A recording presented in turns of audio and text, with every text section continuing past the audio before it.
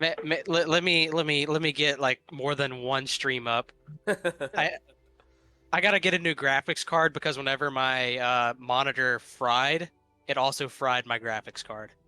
Oh, Oh, and that So that's graphics cards are super expensive.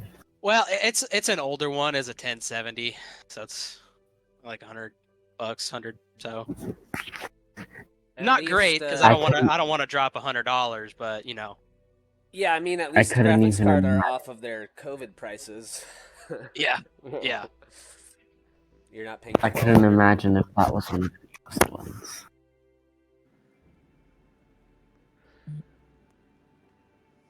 Right, well, hello everyone. A new adventure begins. Um, I'm gonna just kind of ask you guys a little bit about your characters, but I'm gonna read a little introduction first for Phandalin. Um, and then we can, if you guys have any questions or anything, let me know. But welcome to Phandalin. The town consists of 40 or 50 simple log buildings, some built on old fieldstone foundations. There are more old ruins, crumbling stone walls covered in ivy and briars that surround the newer houses and shops here, showing how this must have been a much larger town in centuries past. Most of the newer buildings are set on the side of a cart track, which widens into a muddy main street as it climbs toward a ruined manor house on a hillside at the east end of town. Children play on the town green, and townsfolk tend to chores or run errands at the shops, and people here smile. Perhaps they are a little rough around the edges, much like the town itself, but they go about their business as the town continues to grow. The most recent addition arrived a few 10 days ago, a man who the townfolk now refer to as Glassstaff, likely because of the long translucent staff the old man leans on. Not much is known about Glassstaff other than he's a brewer. He has quickly opened a bar on the east end of town called the Sleeping Giant Tap House. Shortly after the arrival of Glassstaff, a group of mercenaries arrived in Phandalin who call themselves the Red Brand. They have been drinking too much at the Sleeping Giant and disrupting the normal flow of things in town over the last few weeks. Today, a town meeting has been called with two things on the agenda: to discuss what to do about the Red Brand and vote on allowing some new arrivals from Luskin to set up shop in town. So that's kind of what's going on in Phandalin right now. Um, I know one of your characters is actually a already a member of Phandalin, a townsfolk, if you will. Cedric, how do you imagine your character spends his days in Phandalin? Oh, Cedric's a young lad.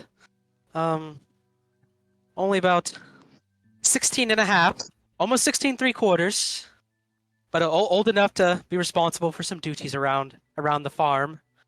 Uh, it's just me and mom now. Dad went off on some adventures. Haven't seen him in a bit, but I know he's out there. Um, but when I'm not tending to the farm, I'm just exploring. I got an itch for getting out there. Town life is boring sometimes. I just want to see the world. So when I'm not on the farm, I'm exploring the forests and looking for some caves to dive into and find some treasures. Like going over to the Edermath orchard and plucking a few apples. It makes for a good snack in the day, and always say hello to the lady down at the shrine of luck. Hmm. Well, we halflings quite admire luck. Luck is always been in our people's kind of mo. But yeah, it's just village life. Not much to do in this provincial life, but it's enough, I suppose. For Have now. fun. Have fun where I can. um,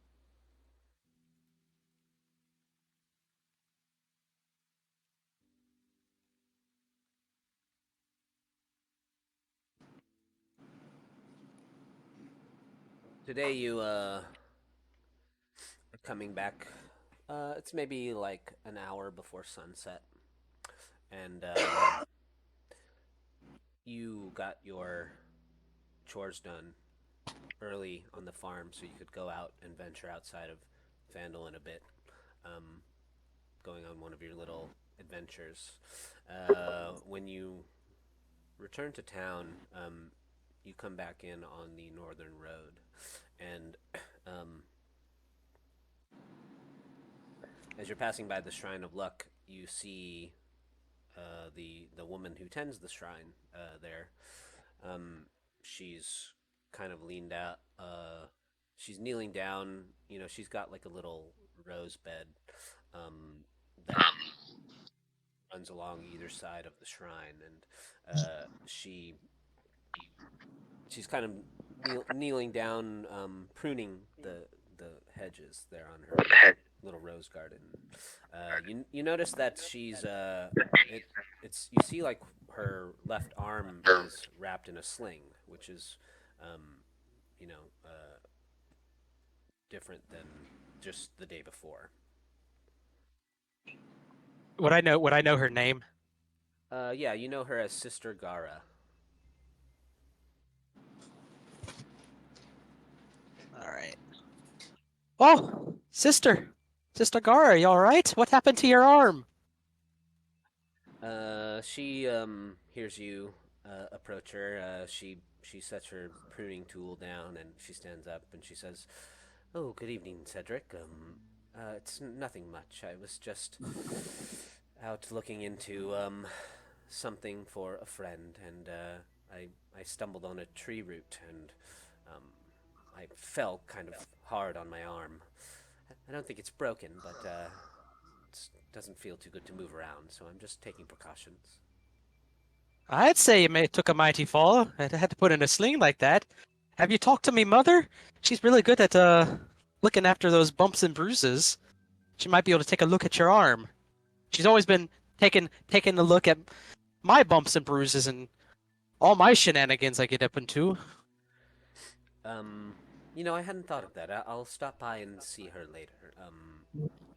Uh, and why don't you make like a perception check, I guess? First roll of the game. Let me pull that up. Perception or insight. Either one is fine. 0, 1, 1. Alright, let's see how Luck decides to pan us out. Well, during this I'm playing a game. not very wise character right now, so because he's young. Yeah, So- but wise luck doesn't favor the wise. It favors the prepared. And the bold. I think luck favors who she will. You notice that Sister Sounds Gara, like a really lucky one. You notice that Sister Gara has a couple other scrapes and bruises. She has like a cut under her eye. But that could have been like from a tree branch or something. It's not just her arm in a sling, but she looks like a little beat up actually. She's got a few other scrapes and things on her visible on her body, but you think that those could have all just been acquired through a hard tumble. But she says, but I'll head over and see your mother before the sun goes down. All right. Well, I'm sorry you hurt yourself. That's not great. But,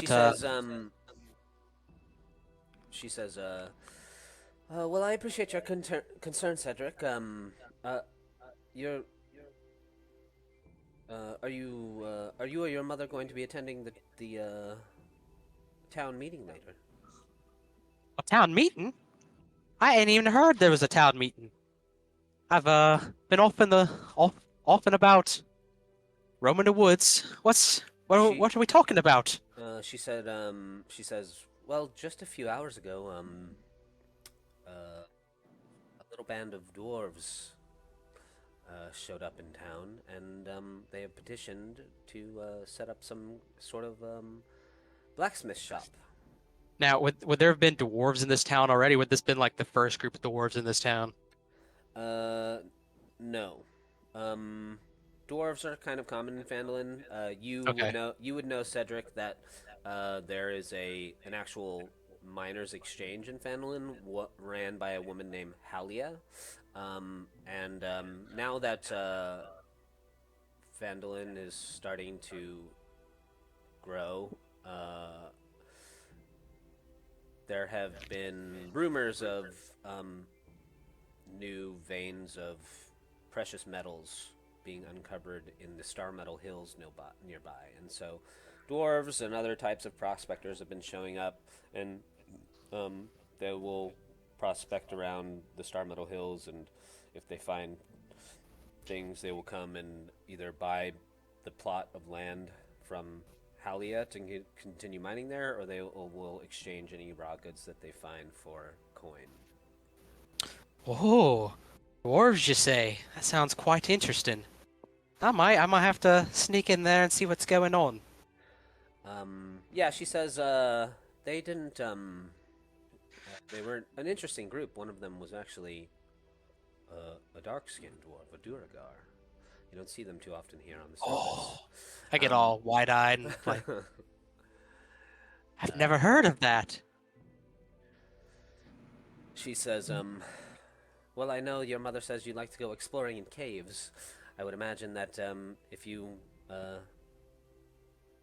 made your way deep enough underground, you might discover a Duragar enclave, but they can be kind of dangerous. They have a reputation for not being so kind. Hmm. So it's odd to see one here on the surface. It doesn't happen too often. Perhaps they are acquaintances with Darren. And she says that because something that's changed in this new version of The Lost Mines of Phandelver is Darren is a drow. Interesting. Yeah. Another member of the Underdark. Fun, fun. Well, Mascara, it's been a pleasure speaking with you, like always. Sorry about your arm. Definitely come talk to my mother. We can patch you up, at the very least provide you a meal.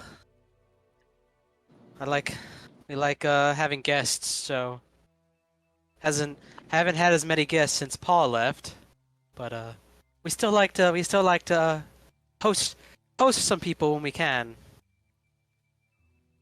She says, yes, I'll come see her as soon as I'm done here in the garden. Excellent. Excellent. What a lucky day indeed. And you continue heading home. Oh, before I go, it's, I guess tradition every time I come to the shrine, I give my like a bronze coin. That's kind of like my daily allowance. Nice. She says, oh, thank you, Cedric. It's kind of you as always. Or I guess copper. Yeah, You know what I mean. yeah, for sure. Yeah, How much does one gold coin break down into copper? 100. Okay. So I have 99 copper pieces. Um, yeah, there's like a little offering basin at the front of the shrine. It has a few copper in it already as well.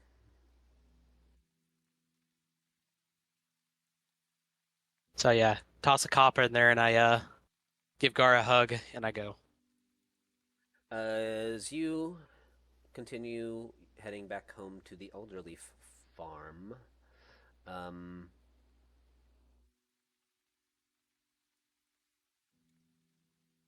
you see your mother as you head down the pathway, standing in the animal pen, and she's like tapping her foot, and she sees you coming down.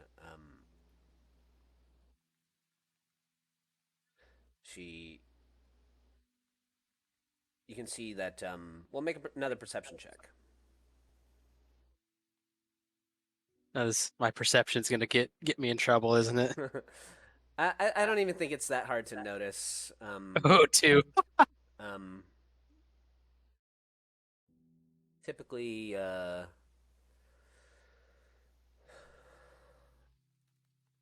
typically your mother, she's a productive woman. She doesn't hold still for very long, but she's like waiting for you out in the animal pens where the sheep and the cow are kept. And it's unusual for your mother to just be waiting for you. She's usually got something going on. So when you are approaching the farm, you quickly notice what she's probably waiting for you about is that the family cow is missing. Oh, Bessie. And she What, mother? says, What's the matter?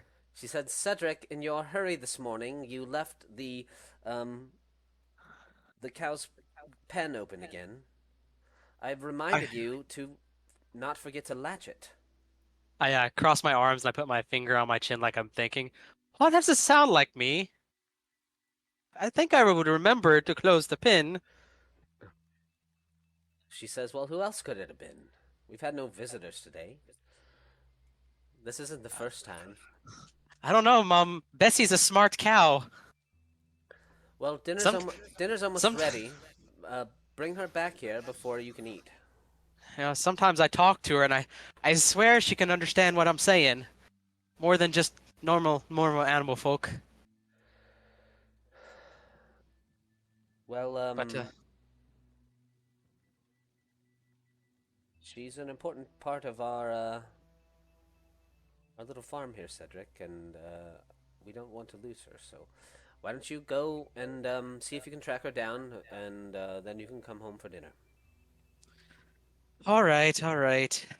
Don't take too long. You know what I've told you about being out in the woods alone at night. Right, right. There's dangerous creatures out there. Yes, mother.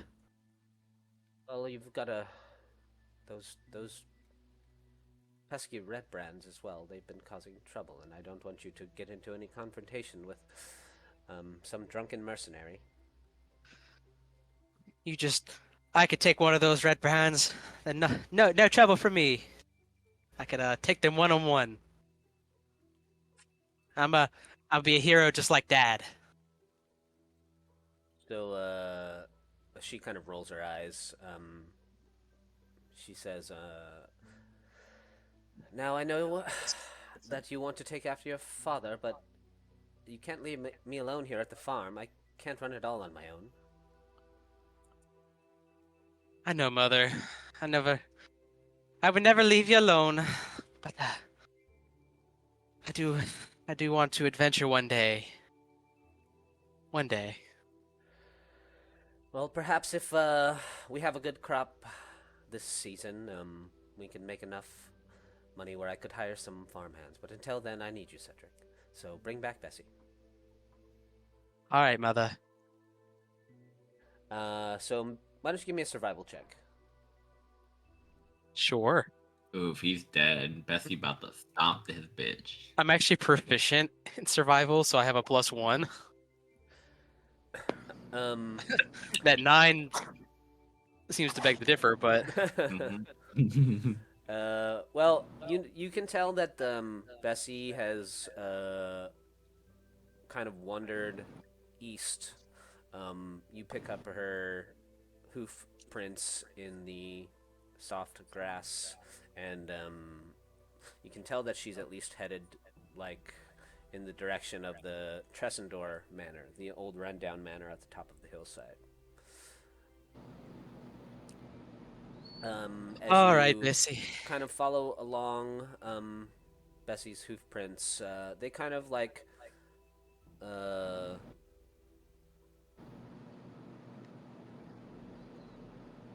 wind along the kind of rocky cliff face of the manor, and they do kind of head off outside of town into the forests.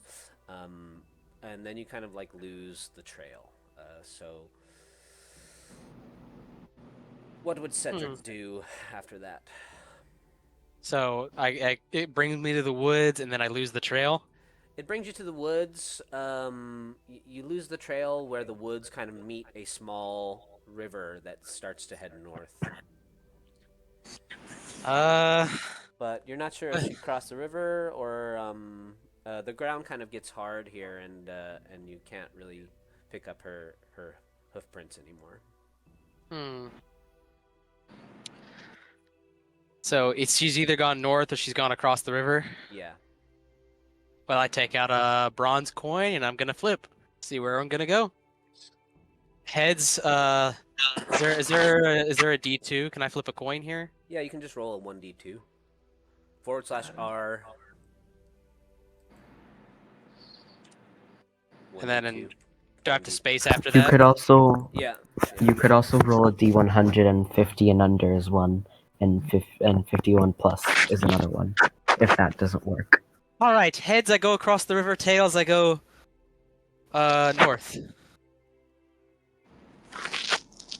Tails. Yeah. I guess I'm going north. You turn north and Luck will guide me. you follow the river for a time. Um, you're not sure when Bessie got out, but you see that the sun is kind of beginning to set. In an hour or so, it'll be nightfall. And as you travel north along the river, we will leave you on Bessie's trail right there. And let's see.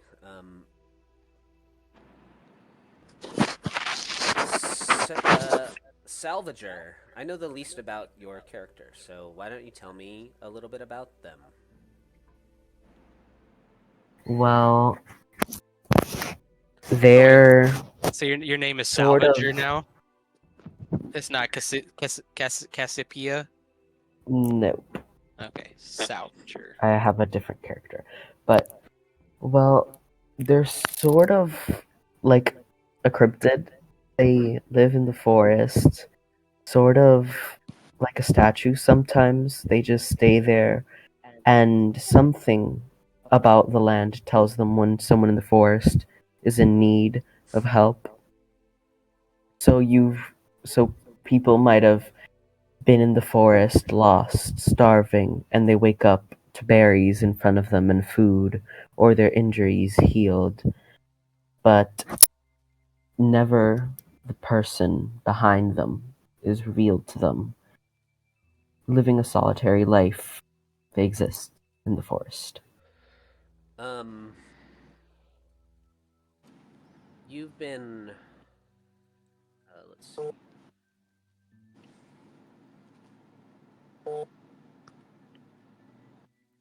What kind of things is it kind of like random when you decide to become a statue, or is that like when you're resting?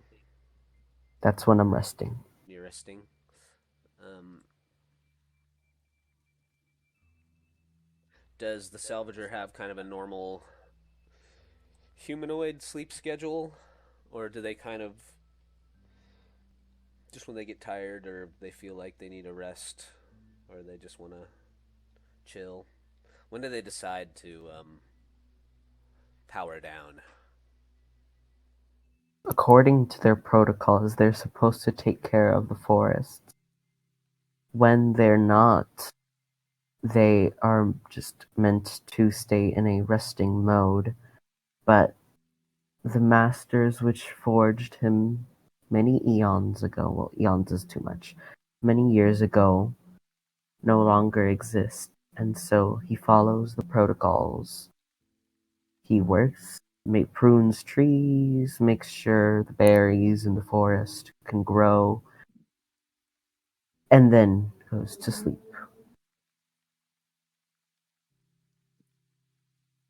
So a typical schedule, I guess.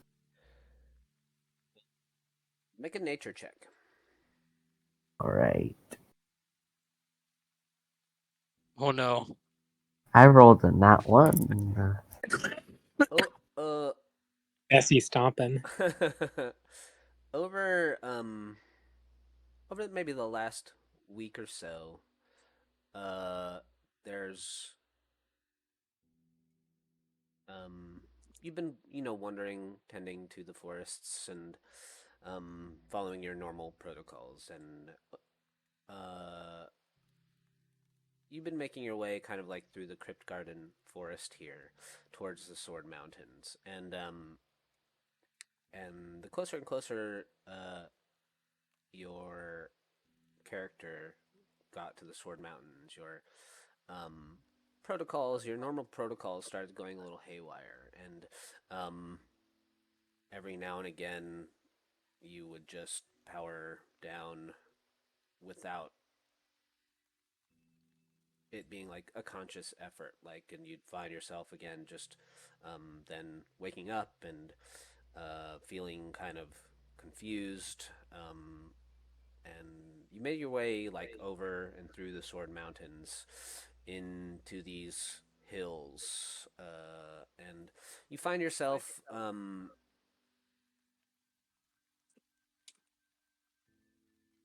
again in one of these situations where there's something that's just like scrambling the normal order of things for how you operate, and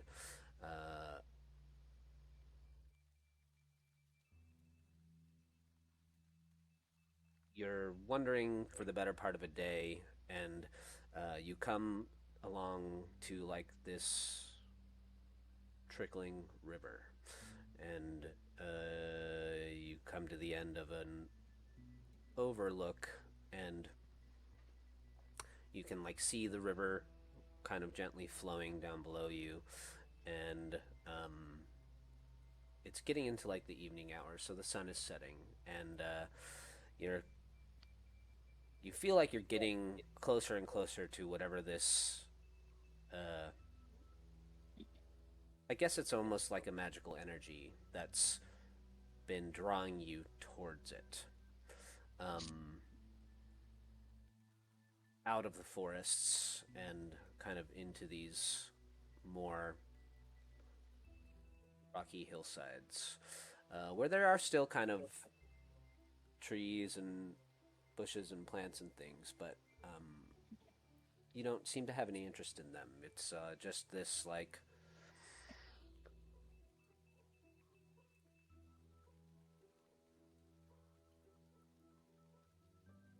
magical pull that's keeps drawing you towards it. And as you're kind of peering down at this trickling river, you hear this and you see a cow wandering up the riverbank towards you, and then there's this flash of green energy down in the river itself, and you find yourself powering down. Your vision goes dark, and you go into one of your hibernative states. And that is where we will leave you for now.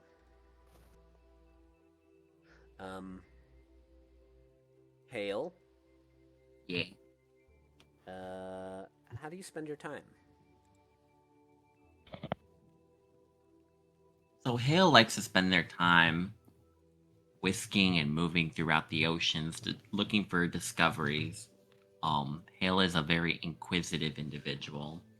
But for background sakes, I think it's important to, I guess, let everybody know that Hale is no longer within her normal domain, which is westwards of the ocean.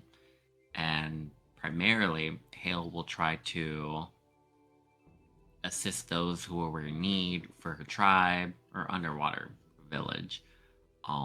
Their people were mostly warriors trying to protect the ocean from malignant beasts and just basically like any other society grow and prosper. Hale, however, had more interest in trying to see how she can help the sick and the poor, But with an unfortunate situation happening where her village was destroyed by an unknown beast, but she theorizes that she thinks it might have been some creature of the deep depths. Hale had the opportunity to run away. So, with this new adventure of hers of looking where to go, Hale has been finding this unfortunate situation rekindle her desire to explore and learn more than what she's used to, these dark depths, and seeing that there's light outside the world besides the moon that guides her.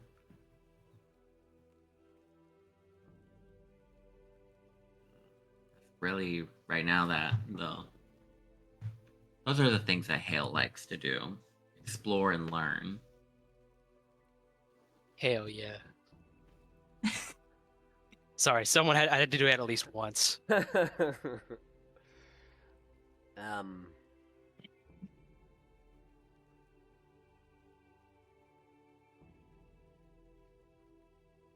with your home being destroyed by this deep sea creature, you've spent some time exploring, trying to find a place that feels comfortable for you, to kind of gather yourself and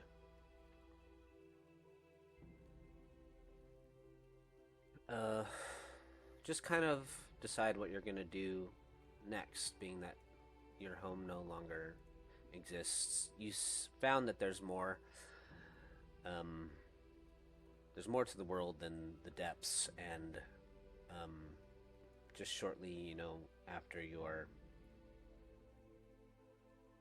home was destroyed, you emerged one evening to a soft, pale, full moon,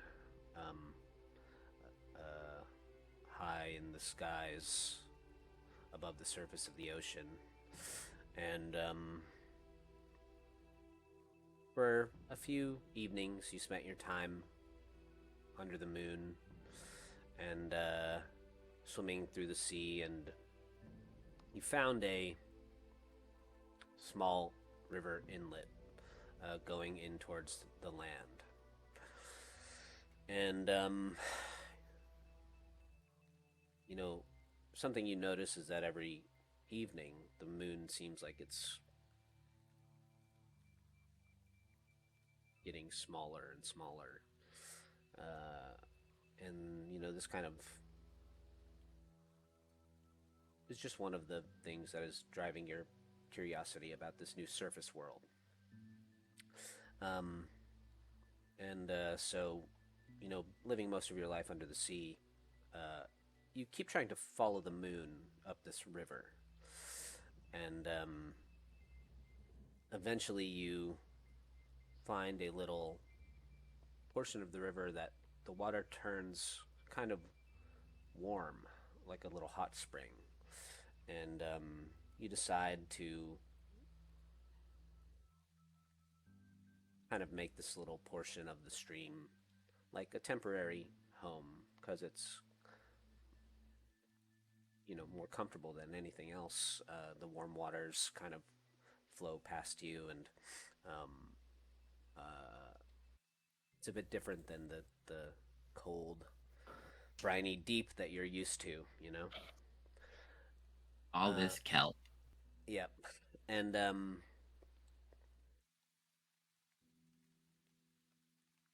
it's approaching the evening time, and you kind of wake up from your slumbers under the water, and you sort of emerge in your little pond of warm water. Um, you notice a large black and white land creature um, drinking from the warm pool that you've been living in for the past few days.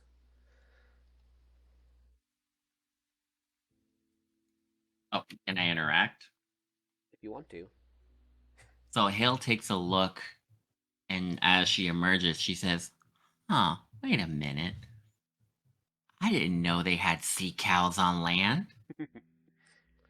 Um, so with my curiosity, I want to slowly approach the sea cow and see if I can understand what it's eating, because for Hale, it basically resembles watching a sea cow eating the kelp in the forest.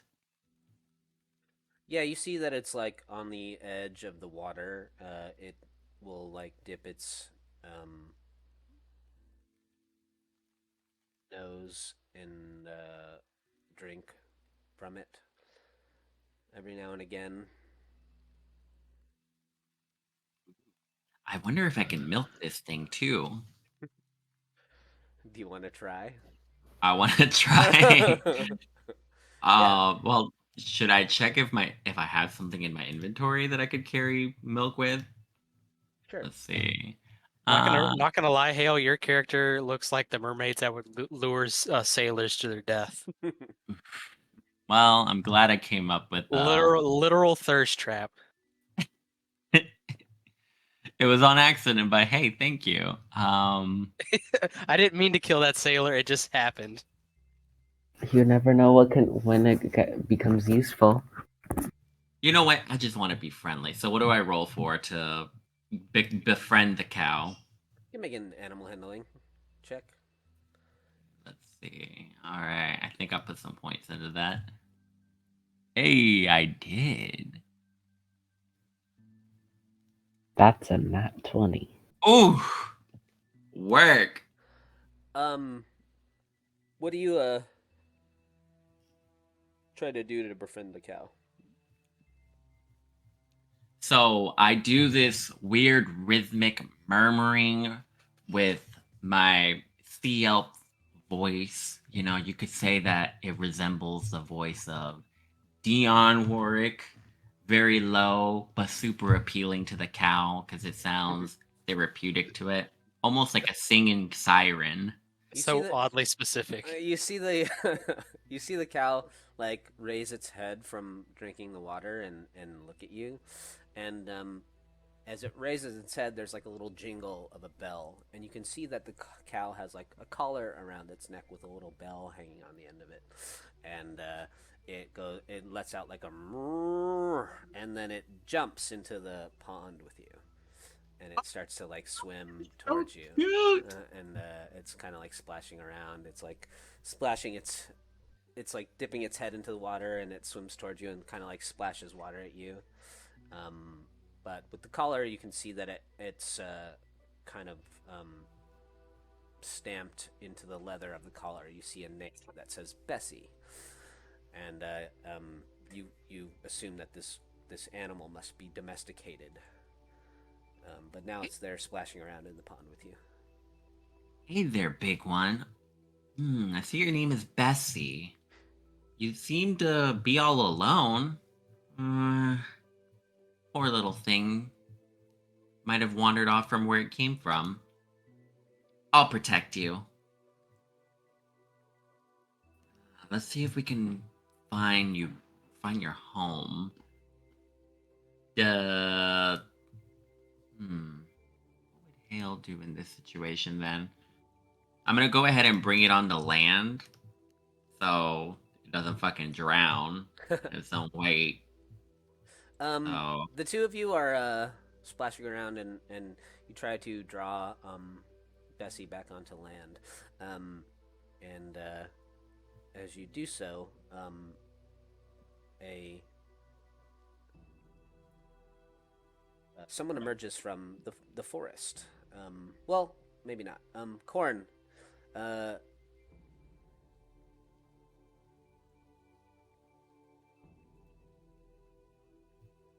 Corinthians.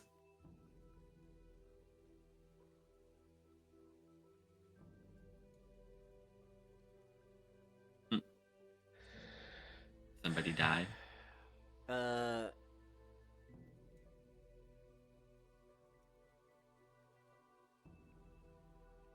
you've been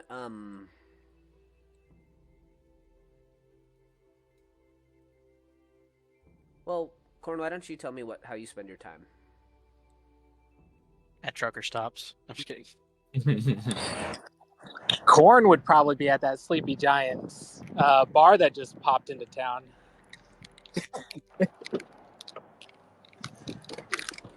um, yeah, Corn just popped into this town. Just she likes to move things around,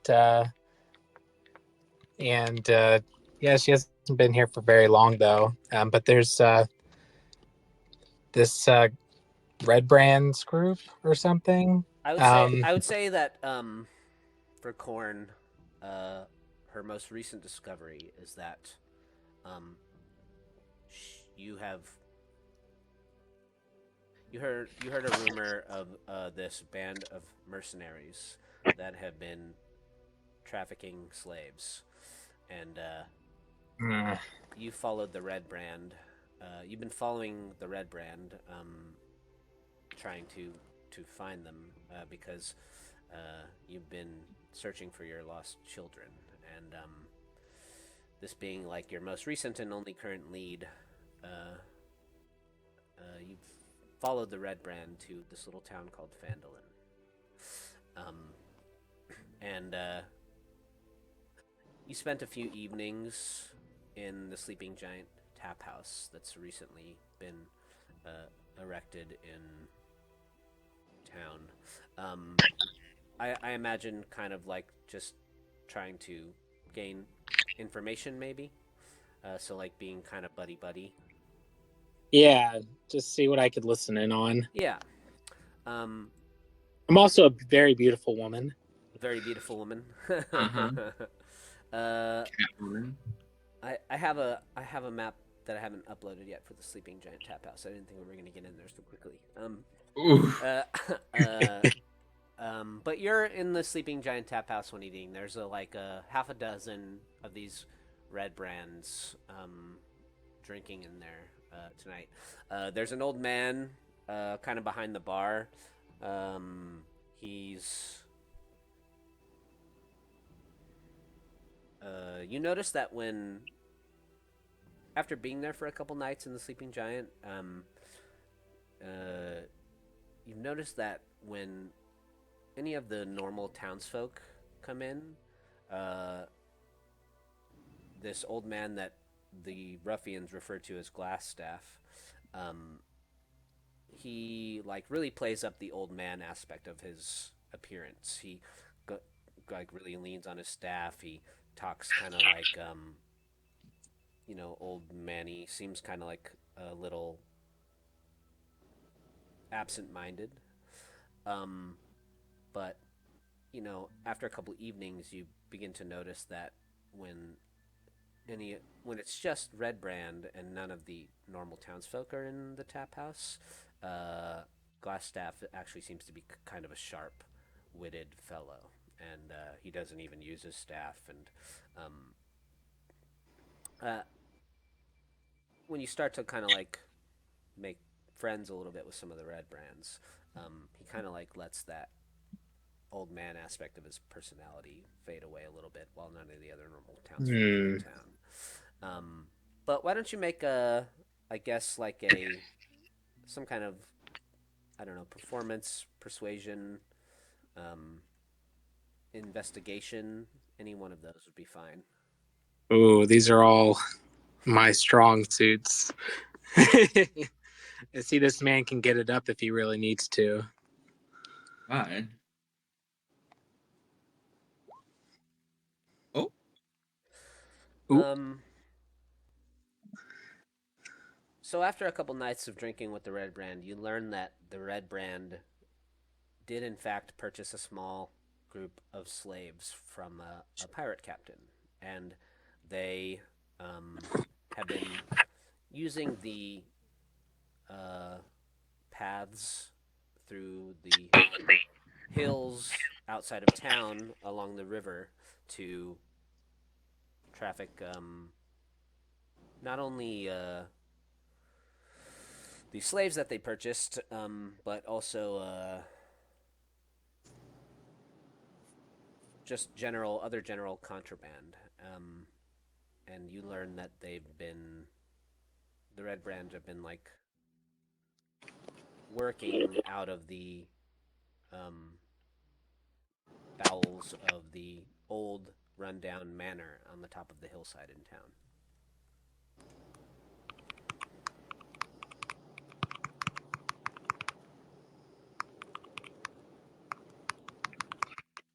Okay. Okay, I got that information. Would I be like smuggling some of the other stuff, or am I just like kind of listening? I don't know. How are you? How is your character actually interacting with the Red Brand? Sucking it off. That's my second job. I think she's a smuggler primarily to get close to the kind of seedy people that could be, responsible for all this. So I think maybe she's like smuggles weapons more, but like she does all that to kind of hopefully fall into some of the darker stuff so she can learn about it. Yeah. So after a couple of nights of drinking in the Sleeping Giant, actually, uh, you're ordering like another drink at the bar, and Glassstaff says, so, what was your name again? Corn. Yeah, you can call me that. Um, you've been spending a few evenings in here. I've sort of noticed that you don't seem much like some of the other simple townsfolk around here. To me, it seems like maybe you've experienced a little more life than some of these little farmers. Oh, that's sweet of you to say. Is this your first tabaxi woman you've met? It is. I think I've seen you around here quite a lot too.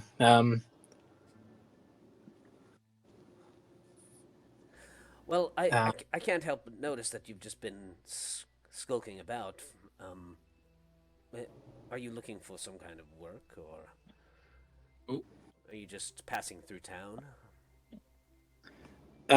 yeah, I am. I don't know what kind of business you might get into, but I'm fairly good at moving things from place to place that maybe don't have any business moving from place to place.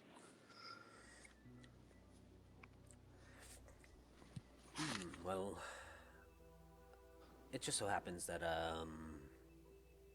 I'm in a similar business, and I came here to this little country town to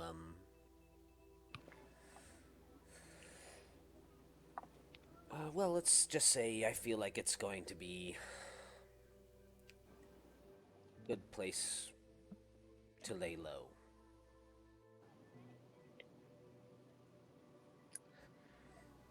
Oh, But it does seem like a very nice place to vacation. Um, well, I'd like to hear more. Is there a better place to talk about it? Glassstaff says, oh, well, there's no town folk in here at the moment, and these are all my men.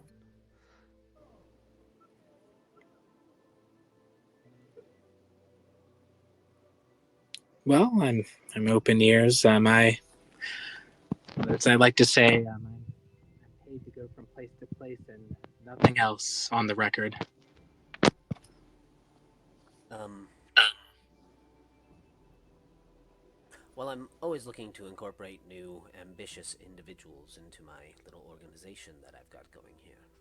Uh, for the time being, we're just kind of getting the lay of the land, but I'm hoping to gain a little more influence here in this little town. And I hear soon that there's going to be a vote on the new town mayor.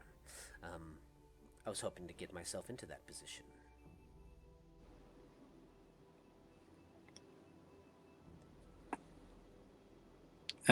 Corn looks around the room. About how many guys are in there? There's probably 5 other guys. Um, I can take him.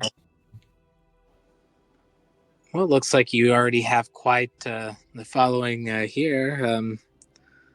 I hope you good luck in the race. How does that work? Well, I believe that the town folk vote on it. I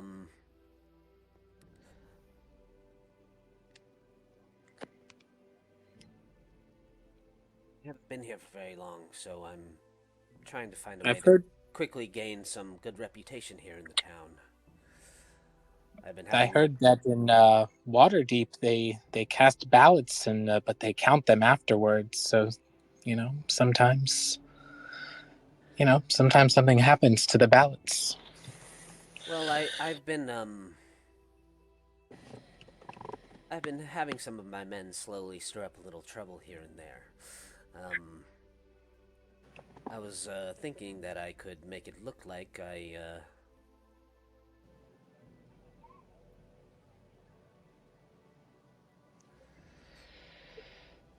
was stopping them from causing trouble, but I'm just an old man. I need a few folks that look like they know how to handle themselves, and maybe have a few public confrontations with some of my men. All staged, of course. Oh,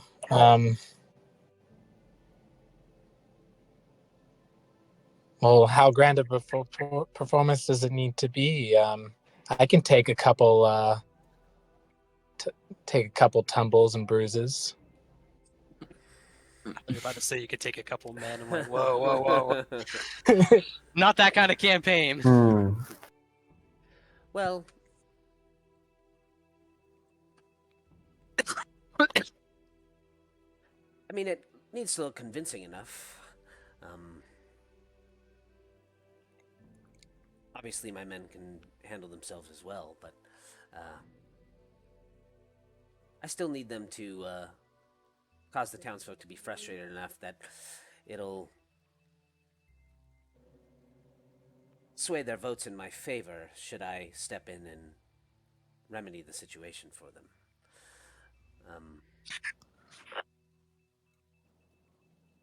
But perhaps you could help me with something else for the time being. Maybe a little test of trust. I have some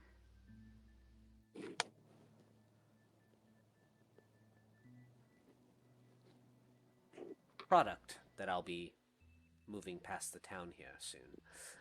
Maybe you could go with a couple of my men and make sure that the goods get transported properly without interference.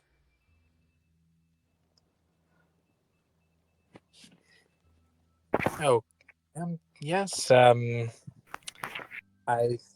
trust I'll finish this drink and we could do that. That's fine. Guzzles down her drink's like all the way full and she just chugs it. Bourbon. Buffalo. What kind of product are we talking? Delicates? Not delicate. People.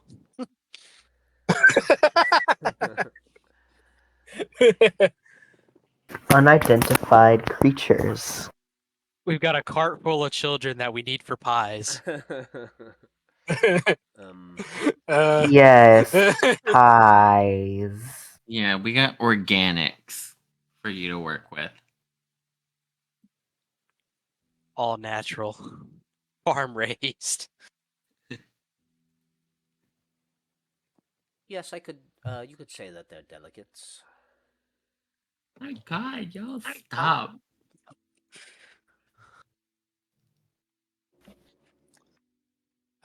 Corn kind of thinks to herself.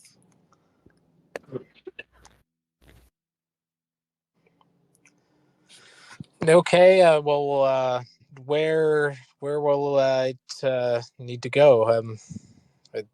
Where is it? Just somewhere else in town? Are we going down the road? Um, he says, just north of town, if you head through the woods a bit, you'll find a river. Some more of my red brands are going to be coming through soon with a group of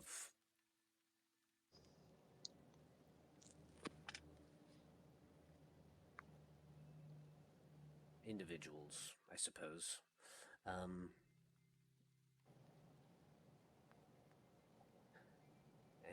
we're going to get them shipped off to where they need to go.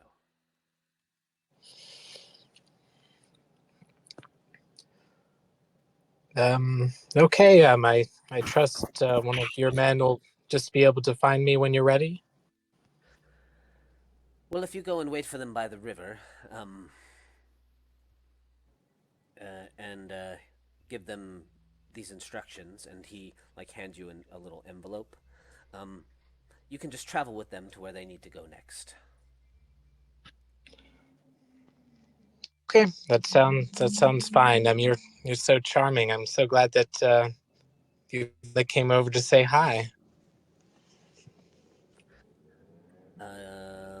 Yes, well, if you can assist my men in their little mission, then I'll know that I can trust you, and we can get a little more involved together.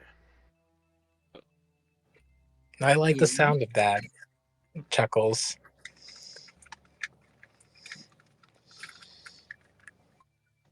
So you go and head out of town. You find the river. You can see that the sun is starting to set soon, so the cover of night will be upon you. And you hope that you won't have to wait too long for Glassstaff's men to arrive. You kind of head up the riverbanks and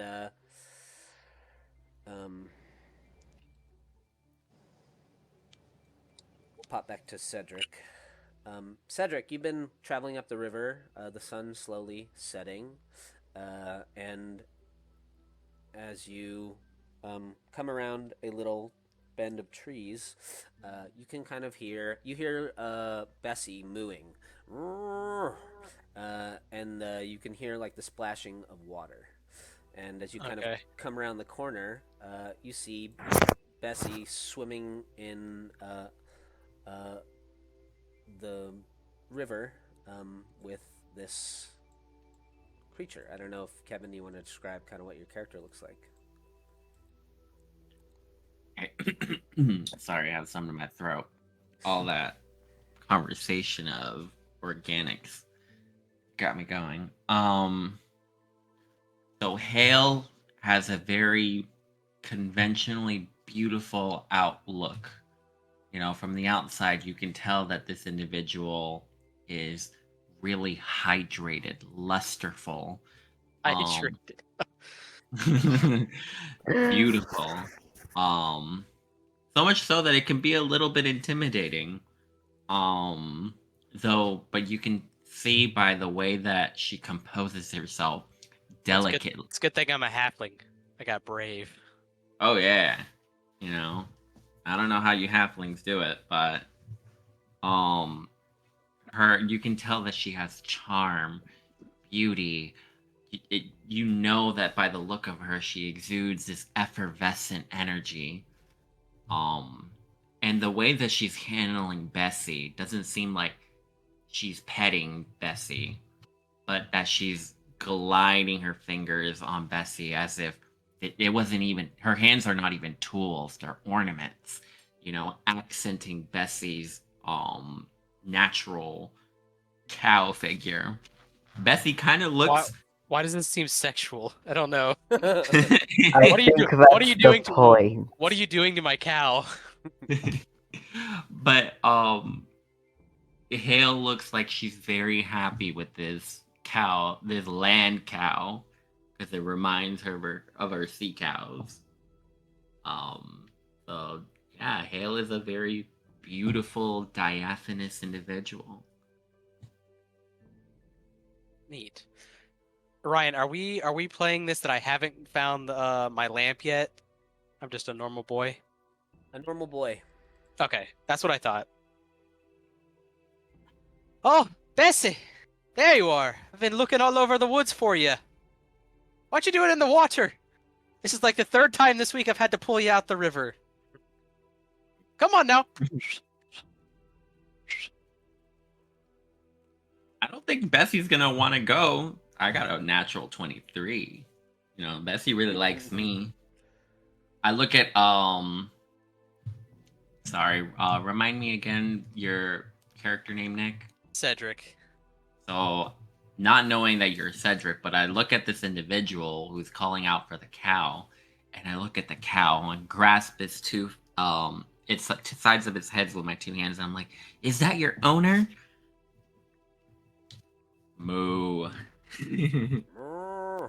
So I do have access to prestidigitation without like that's like my innkeeper magic. So can I like I guess it says I can like create like objects, kind of like make like a little wheat to kind of like lure Bessie out of the water. Sure. It's like I guess it's like a non-magical trinket or something. I don't know. I don't know if Bessie's I- enraptured by me. I'm trying to see if that's within the limitations of the spell. I don't know. For flavor. So I Bessie! Come here, girl. Don't make me come in the river and get ya. Ma's furious. She's got dinner on the table.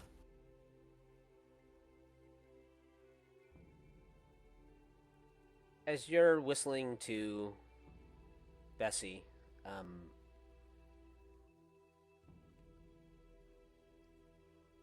you're kind of looking in the water, and you see like there's a flash of this green energy, and you notice it, and you notice it, Hale, and when this flash of green energy happens, it's like a pulse. It like goes out in the water. It kind of creates this little concentric ring of ripple on the water's surface, and then you can kind of see a faint little blue glow at the bottom of the pool of water. And when the green kind of pulse of energy happens, it wakes you up again, Salvager.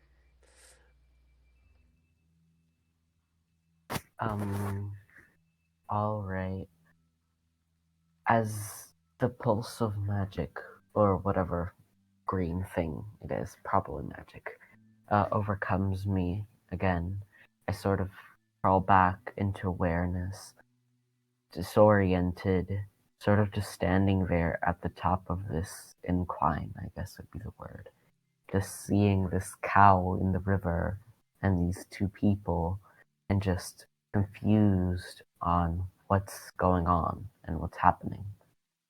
Everyone else there can sort of hear like weird mechanical wear sounds, I guess, sort of like how it sounds when you turn on a computer.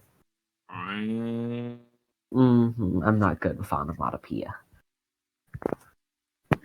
Dial up.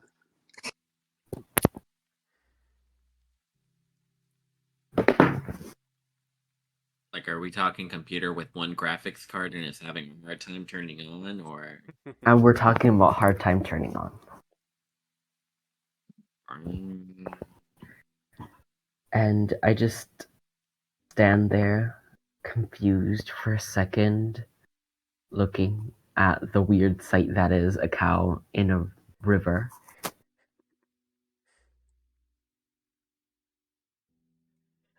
The two of you hear this whirring from above, and um, there's this what just seemed kind of like a mossy rock is now sort of coming to life, and it's moving. It begins to kind of move as it whirs, and you see it's like more clear now. Its head turns down, focusing on Bessie. Hale in a very excited fashion says, "That Marimo ball, it's walking." What is that? Is that a rock? A mossy rock? It looks like a Marimo. A marrow? What? You're not making any sense. Come on, Bessie, let's get out of here. It's getting weird out here in these woods. Weird. But at the same time, I'm also intrigued. New adjective recorded. Never been called weird before. Oh, But that rock speaks. It's a talking rock. talking, I mean, I'm not a rock. I would say I'm more made of birch wood, but details. What? Fascinating. I'm gonna go up and start looking at this strange creature in front of me. Start checking it out, like poking bits, and just like being like a curious little halfling. Huh. Alright. New experience recorded. Honestly, people I are start new pulling at experience. things and try to see if I can open anything. I don't know if you're going to be able to open up my chassis. That would require going to an arcanist, and most of them died. Or at least the ones that are familiar with my craft. But Little One and Sea Elf over there. Honestly, surprising combination. And a cow. With an Alright. with an 18, am I able to like open anything on this guy? I don't know. Does the salvager have any compartments? I mean, there's a small compartment near my hip that's just stored with weirdly shaped rocks. That's there's others, but they would be on my back.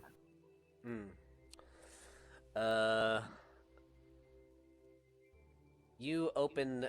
You do actually, Cedric. You find this little compartment which you open, and a bunch of little rocks fall out of it. They tumble out to the grass. Oh, my bad. You, Pick up the rocks and put them in there. No, it's fine. They're just something I used when the beasts get a little bit rowdy, or when something tries to nibble on me. But don't worry, I'm not gonna hurt you. I'm not a... As you're picking up the rocks, Cedric, you notice one of them is it's a little different. It's not a rock. It's like it's made of rock, but it's been like fashioned into like the shape of a ring. It's like a little stone ring.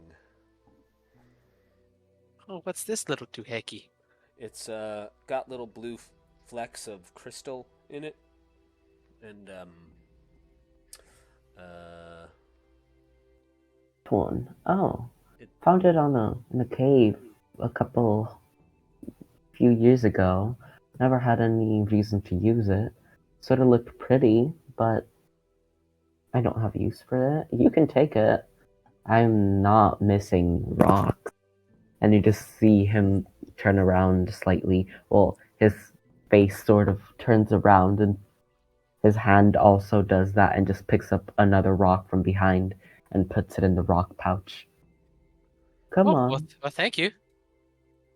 I Start looking at it in the little bit of sunlight that's left. Mm-hmm. It's quite precious rock here. I guess When- rocks. While I'm listening to both of you have your conversation, And I put um, I'm gonna wait. I'm gonna wait to put it on. out Okay. loud, Hale says, "I guess the rocks on the land must talk." And I look around me to see if there are other rocks that could talk, and I pick a stone up, and I'm like, "What's your name?" Uh, you over there. Rocks don't talk unless you have magic. Um, Uh, I'm sort of a special case. Well, not really a rock. Sea elf. It's more like someone fashioned me out of kelp, but land edition. you remind me of my friend Java. Java the Rock. Lively individual. Doesn't like to move. Rocks are very comfy where they are. Sometimes I get that feeling. It's been a tiring few years. I start wandering off, and then Little one, are you sure you want to go out in the forest alone? I don't want to have to find you like I find the others, almost um dead. I'm just stepping away. And I put the ring on. Um, before we go there, Corn, you've been traveling up the side of the stream, and eventually you hear like the sound of a cow mooing, and Ooh. then you kind of come around a little bend of trees, and you see a little halfling climbing down the side of a rock face. Up above him, you see this moss-covered statue-esque stone-like figure, whose like head is and body is like turning around independently of themselves, putting a little stones away in a little compartment in their side, and you see Oh this. no. I gotta collect up the exotics. Oh no. Then you see this blue creature kind of treading water in the pond with this large cow. Um, uh, you're far enough away where you could hide or sneak up on them. What would you do? I think I am I with a group of people also? No, you're on your own. Glassstaff sent you here to wait for a group of people, but you don't believe that this is who Glassstaff is talking Oh, okay. about. I would. I don't know. I've moved Stranger Things. I think I'll try to hide for a Okay. second. Um, make a stealth check. Uh, Cedric, you climb down and you place this ring upon your finger, and Because I'd like to think I was hearing it call to me. sure. Something whispering. Well, you know, you've been going on these little adventures, you know, uh, exploring little caves and places around Phandalin, and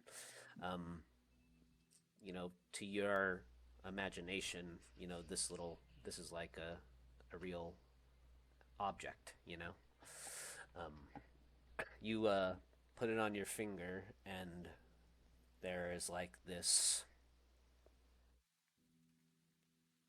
pulling sensation as it slides onto the end of your finger, and the world like spins around you. You disappear, and uh, then you find yourself standing in front of a set of stone doors.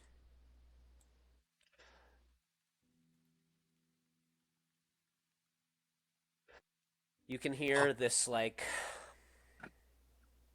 clanking sound from somewhere beyond, it sounds like echoing, like it's from some far distance away.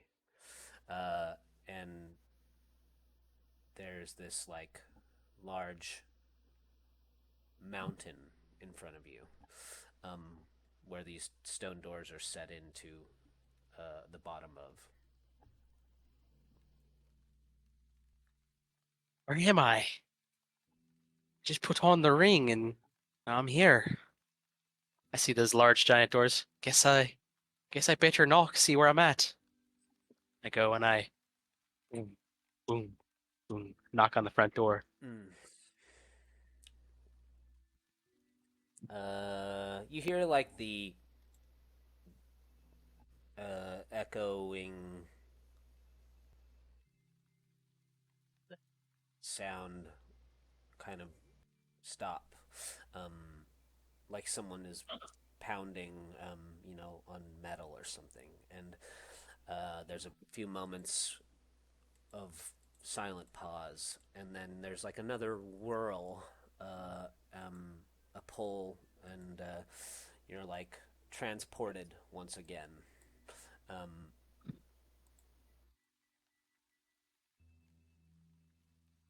I can't move your token.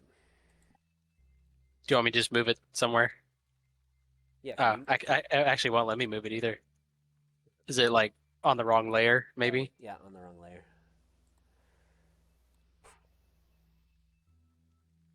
Um, Whoa! there's like another twirl, and your vision goes dark for a second, and then you're pulled again, and you're standing around this like you're in this large chamber, and there are four big metal anvils in the room. There's a big blazing stone forge filled with beaming hot coals, and you see a person standing um, kind of before the forge. Uh, they are tall and their skin seems to be sort of. It's like the same material as the ring that you were given. It is like a pale gray stone. Um, but um, they have like these glinting gray eyes that like bright gemstones and this streaks of blue crystal hair. Um, you hear her voice kind of resonates, um, although her mouth doesn't seem to even move. She says, "Hello, little boy. Where did you come from?" Hello, madam. Glow. Nice.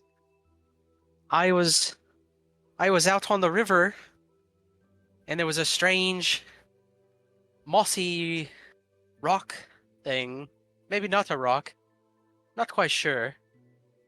I was investigating it and I found this ring and I look at my fingers, the ring's still on my finger. Yeah. I found this ring and it it reminded me of an adventure. It's calling to me. I felt the need to put it on. Something in me head was telling me this is where my adventure starts. So I put it on and here I am. She says, I haven't had company in so long. I do sense an adventurous spirit in you. Like you're looking for something, but don't know where to start. Yes. I think you're right. It's the strangest thing. She says,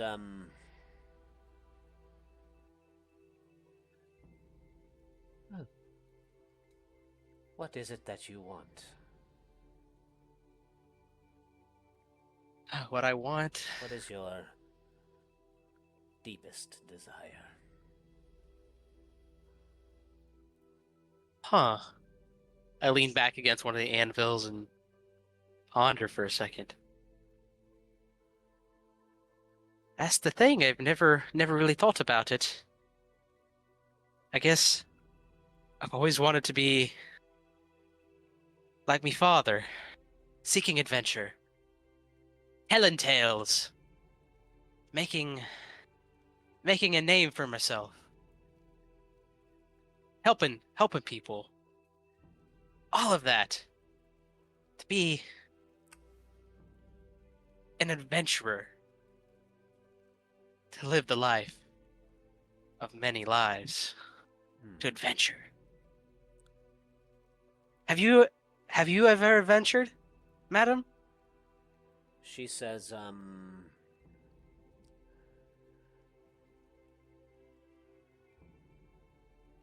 I suppose you could call it that.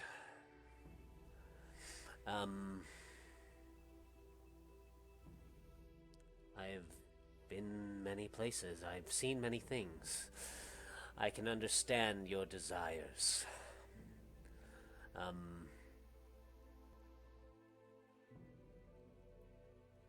You have the spirit in you, boy. But do you have the means to accomplish all these dreams of yours?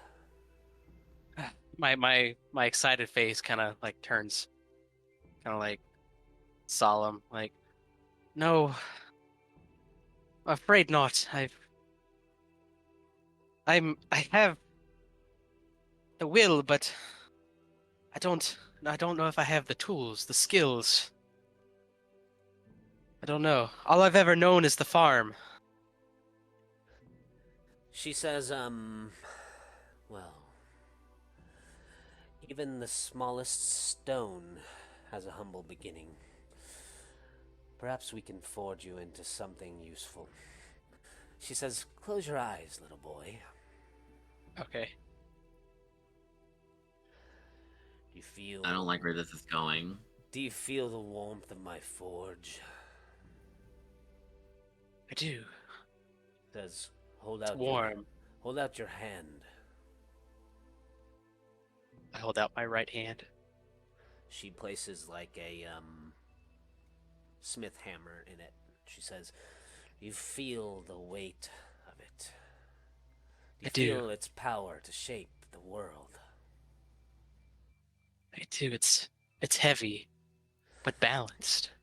He says, would you like to have this power? The power to shape things? The power to go out and make the changes that you envision for yourself? I open my eyes. I do. He says, I can make that power yours. And you, she like puts her finger on your forehead. She says, all I need from you is to do me a little favor now and again along the way. Absolutely. What's your name? My name is Cedric.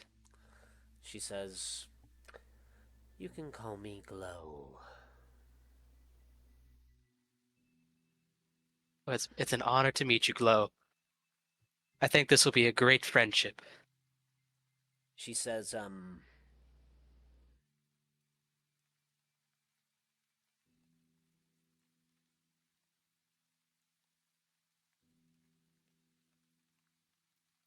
think that you and I are going to reshape the world in wonderful ways, Cedric. However, I'm going to need my first favor from you now. And she, like, puts some pressure on your forehead, and you feel the world kind of twist again, and you pop back into the plane of where like just the normal world. You're kind of like dizzy, but you still have the little hammer in your hand. Good hammer. And then there's like a you hear Glow's voice, and she says, "There's some damage coming." Um, and then um, why don't you all make some perception checks? All of us? Yeah. Very well. Does this hammer count as like a weapon? Oh damn, we're all pretty aware. I mean, I'm a wisdom-based character, so Or is it more of like a ceremonial type of hammer? No, it counts as a weapon. Let's see. You can put a +1 light hammer on your character sheet. you alright there? Seem to space out. And a hammer? I'm confused, but magic is a wondrous thing.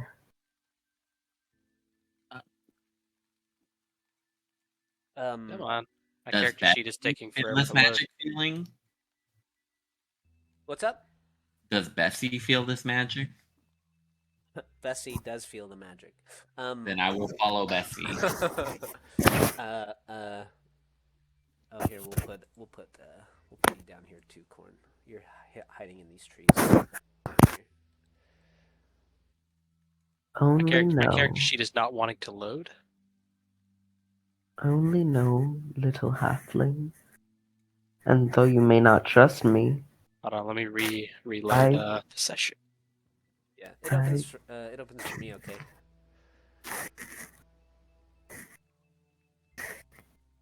There it goes. I just had to reload.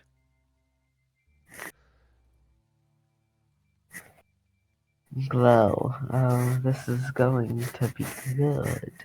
Warlocks always makes for good stories. Does a light hammer use dexterity or is that strength?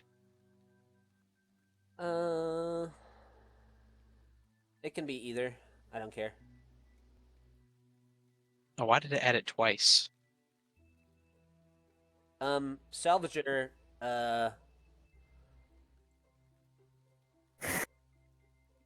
Yes? you hear some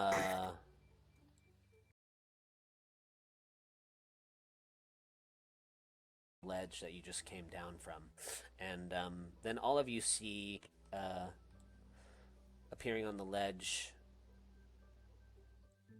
this odd-looking goblin. Now the sun is finally like completely set. It's almost like full night now, and you see appearing up on the ledge this sort of 3-foot tall creature with orange skin. They have like a little leather breastplate on, and their hands and feet are wrapped in cloth. You see their little beady eyes glowing green from on the ledge, and this goblin has like an elongated skull. You see it. You hear him kind of like shouting some orders. I know Goblin, by the way. Oh, do you? Yeah. You hear, I also know Goblin. those of you that know, you hear this goblin say, "Hold them in place. I'm going to retrieve the object. If they move," and you see 3 more little, just kind of more normal-looking goblins up here. They scramble out of this little hole inside of the Are they wearing anything else distinguishing themselves? stone. What are they They wearing? got any colors from the people I met at the bar? No. I Something distinguishing about the other goblins that emerge is that they have like you can see that they've drawn like bows and they're pointing them down at you all, and they're teeth are like. You there. Turn around. Stand down. I'm not going to tell you this twice. These are my woods, and these people are under my protection. And I have no qualms with getting rid of a little trash. Pruning the tree, to say. We can go back, scurry to your little hole, and I'll have no problem. But you take one step, shoot one arrow, and we're going to have a bigger problem than you will ever know. Do you say all that in Goblin? Yes. The one that came out and started barking orders, he says, "You know what? That one talks too much. Kill them all anyways." And then he dives into the water. Is he going for Bessie? You're not sure. You just see him do like a perfect swan dive into the blue lagoon there. So why don't you all select your tokens and roll initiative? Well.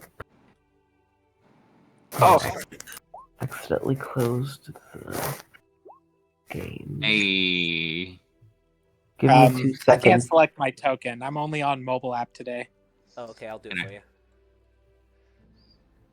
I accidentally. Bro, you didn't bring your laptop with you? Bum. Laptop is broken right now. I didn't want to bring the Mac Wait. Mini. Why did that? How'd you break your laptop? Huh? I dropped it.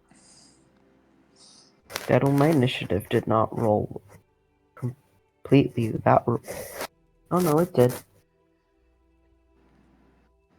Oof. I'm glad I'm not going first. I think I'm almost last. What? I got a 7. And I'm going first. Well, before we go into combat, let's take a little 5-minute mid-session break. I gotta pee. Yes, so I can get my food. Yeah, go for it.